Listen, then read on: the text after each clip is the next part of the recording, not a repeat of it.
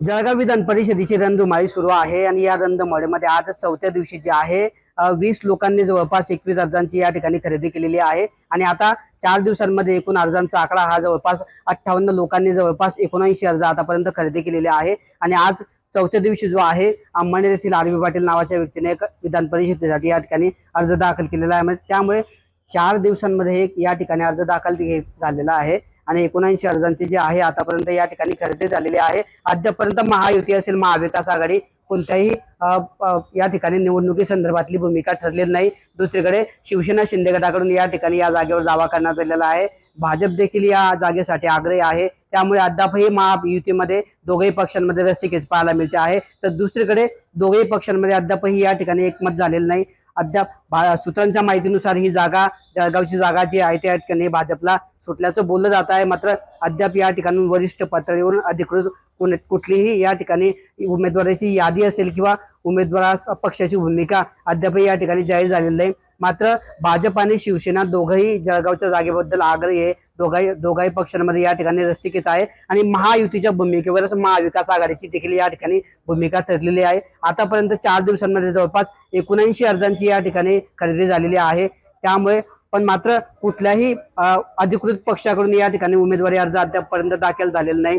अर्ज दाखल करण्याचे आता शेवटचे 1 दिवस या ठिकाणी 2 दिवस या ठिकाणी शिल्लक आहे आणि 2 दिवसांमध्ये आता या ठिकाणी अर्ज दाखल करण्यासाठी उमेदवारांची मोठी धांदल या ठिकाणी उडण्याची शक्यता आहे। महायुतीच्या भूमिकेवरच महाविकास आघाडीची देखील भूमिका या ठिकाणी अवलंबून आहे।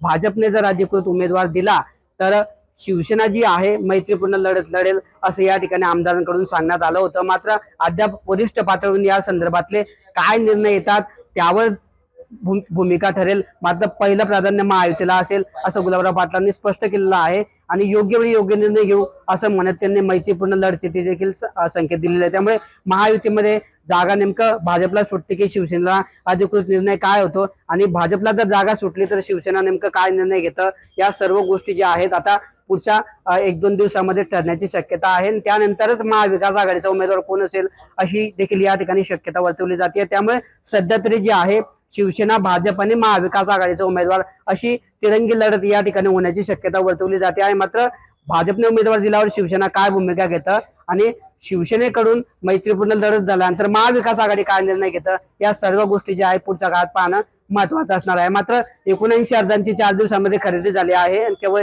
एक उमेदवारी अर्ज या ठिकाणी दाखल झालेला आहे। कुठल्याही अधिकृत पक्षाकडून तो दाखल झालेला नाही। त्यामुळे पुढच्या 2 दिवसांमध्ये आता 1 तारखेपर्यंत अर्ज भरण्याची मुदत आहे आणि पुढच्या 2 दिवसांमध्ये या ठिकाणी उमेदवारी अर्ज दाखल करण्यासाठी उमेदवारांची धावपळ होण्याची शक्यता असून नेमकं जागा महायुतीमध्ये भाजपला सुटते की शिवसेनेला आणि उमेदवार कोण असतं याची उत्कंठा आता जळगावच्या राजकीय वर्तुळामध्ये शिगेला पोहोचल्याचं पाहायला मिळत आहे।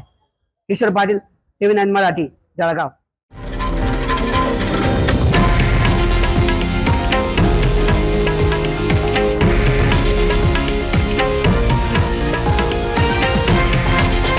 हे आहे देशातील नंबर 1 न्यूज नेटवर्क आणि आपण पाहत आहात TV9 मराठी, एकमेव।